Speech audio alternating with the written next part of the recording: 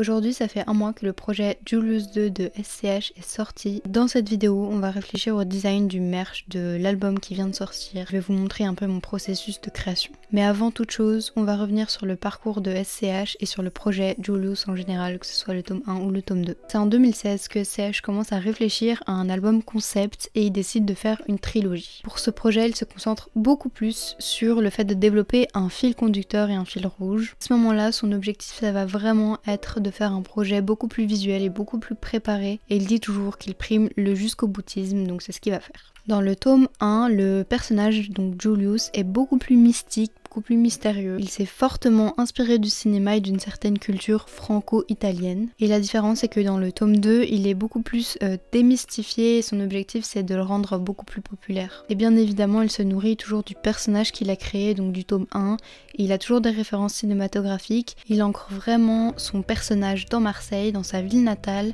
Il dit que Marseille est sanguine, qu'elle est festive et qu'elle est évidemment méditerranéenne. Et bien sûr, il ne faut pas oublier que SCH il a été découvert par beaucoup de monde en 2020 grâce à Bande Organisée. C'était donc évident qu'il y a une grande partie de son public qui attendait quelque chose de beaucoup plus solaire et c'est aussi pour ça qu'il l'a fait. De notions qui arrivent en plus, genre la solarité marseillaise sur très organisée, un nouveau public qui me découvre. En même temps, moi je veux rester fidèle à ce qu'est Julius. Ça veut dire vas-y, essaye de trouver un peu du sun, mais tout en restant ce qu'est Julius de base. Et ça le rend plus solaire, plus méditerranéen en fait, tu vois, et ça le rend beaucoup plus Marseille. Il a passé 1 an et demi à écrire le volet 2, donc il avait une certaine pression quant à la chronologie et à la cohérence des deux albums, ce qui lui a été reproché d'ailleurs. Certaines personnes trouvent que le volet 2 est trop solaire comparé au premier. Mais si la pression elle a été aussi grande, c'est parce que le tome 1 est vraiment un classique du rap français. Comme il se range dans un album assez travaillé et tout ça, qui va dans le jusqu'au boutisme, la pression, ouais, elle vient dans le sens où voilà, t'as envie de faire pareil et d'aller même plus loin, tu vois. La direction du tome 2 suit forcément celle du tome 1, mais il y a une certaine évolution évidemment. Il a une extrême maîtrise, il sait où il veut aller, mais bien sûr, il prend en compte les changements qu'il a dans sa vie quotidienne et dans sa carrière. Dans le tome 2, il extériorise beaucoup plus ses émotions, il a envie de faire évoluer son personnage et de le rendre un peu plus humain. Et encore une fois, vu que son personnage devient de plus en plus populaire, il est plus cernable par le public. Par le biais du personnage, j'ai plus de facilité parce que je me sens comme protégé, tu vois, par ce personnage qui serait un filtre entre moi et le public et qui me faciliterait à me mettre à nu plus facilement. Aujourd'hui dans le Peura où tu as besoin d'être rentré dans 3 postes et d'être sorti avec 3 sacs pour pouvoir faire un couplet, tu vois.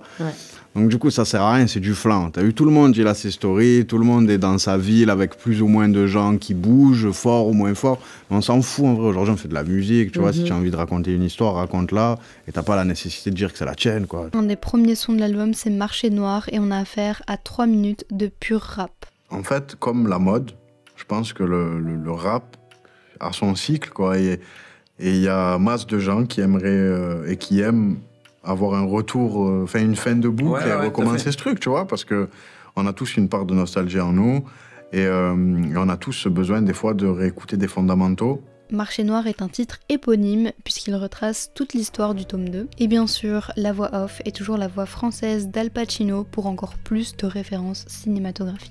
Dans le clip, on voit que Julius arrive à faire passer des containers de Gibraltar à Marseille et c'est là que toute l'histoire commence. Crack est un des sons les plus appréciés de l'album parce que la prod est vraiment très originale et très différente de ce qu'on a l'habitude de voir. SCH n'hésite pas à aller explorer d'autres horizons, en vrai il a pas du tout peur parce que c'est un éternel challenger. Et il nous l'a prouvé parce que parfois il fait des collaborations qui sont vraiment inattendues, comme par exemple la prochaine collaboration qu'il va faire avec Julien Doré. Sur ça, tu vois, sur la propale de prod, je suis un éternel challenger, ça veut dire en fait, j'aime tout ce que j'ai pas fait avant. Et quand je suis en séminaire, et il y a Shady qui me fait écouter des prods et tout, donc tout un tas de trucs actuels, tu vois, qui sont super et tout ça, mais d'un coup, il met ça, et il me dit, mets ça, je dis, non, attends, laisse, il laisse et tout, et j'entends le truc assez, tu vois, rock, c'est...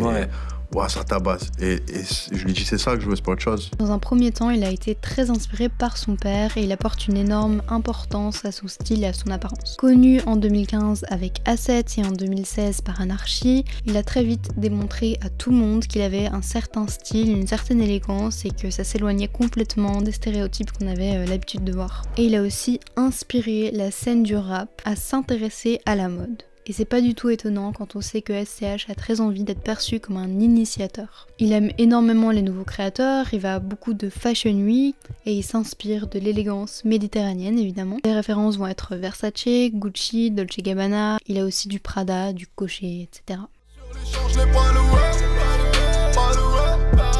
T'es prêt à partir comme un putain qu'on a mis à la porte. Je vais faire la une et j'ai vu mes gens morts. Forcément, il aime aussi le streetwear, hein, bien sûr, que ce soit du streetwear classique ou alors le streetwear dans le luxe. Son intérêt pour le cinéma est très marqué et il y a énormément de références cinématographiques dans ses clips. On y voit des plans séquences, des transitions qui sont extrêmement fortes, du morphing parfois.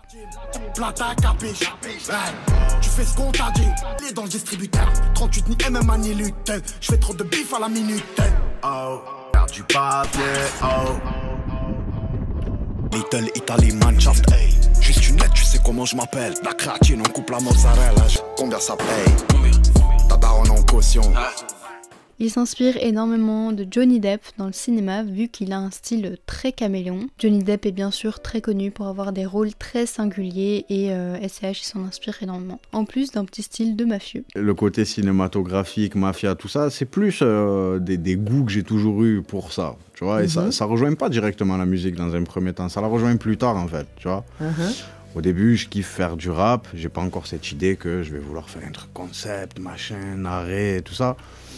Puis après, avec le temps et tous les films que je regarde et tout, je me dis ouais, pourquoi on ne tente pas le coup d'essayer de mener ce cinéma-là en fait dans notre musique. Même dans ses shootings photos, il y a aussi pas mal de références cinématographiques et il essaye toujours d'aller beaucoup plus loin. Par exemple, la cover de Julius a été prise dans le décor de Parrain 3. Il a également fait des shootings photos avec des oranges qui sont très présentes dans le Parrain justement. Et pour aller encore plus loin, il aimerait beaucoup adapter la trilogie en faisant une comédie musicale, en faisant des films. Et pour lui, Julius, ça devient vraiment un aboutissement dans sa carrière. Maintenant qu'on a un peu analysé la vie d'SCH et de son projet, on va passer au vif du sujet, parce qu'on est un petit peu là pour ça. Et j'ai remarqué qu'à chaque fois qu'SCH sort un album, il crée un petit merch et il crée un nouveau site internet à chaque fois. Donc là pour Julius 2, il a de nouveau sorti un site internet. Sur ce site, il vend uniquement l'album et les coffrets qui vont avec.